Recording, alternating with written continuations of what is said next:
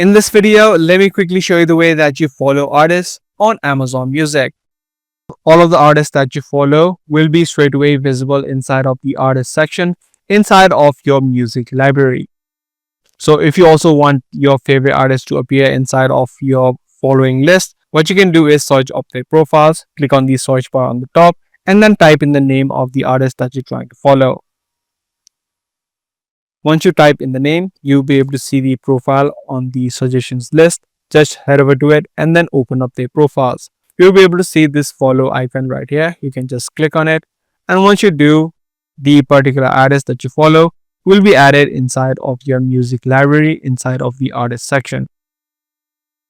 You can do the same process for any other artist that you're trying to follow. And you also do have the option of unfollowing artists if you want to remove them from your following list. And the artist will be removed from your library as well. So that's basically it on the way that you follow as well as unfollow artists inside of Amazon Music. If this guide video did help you out, be sure to subscribe, share, and also give this video a thumbs up.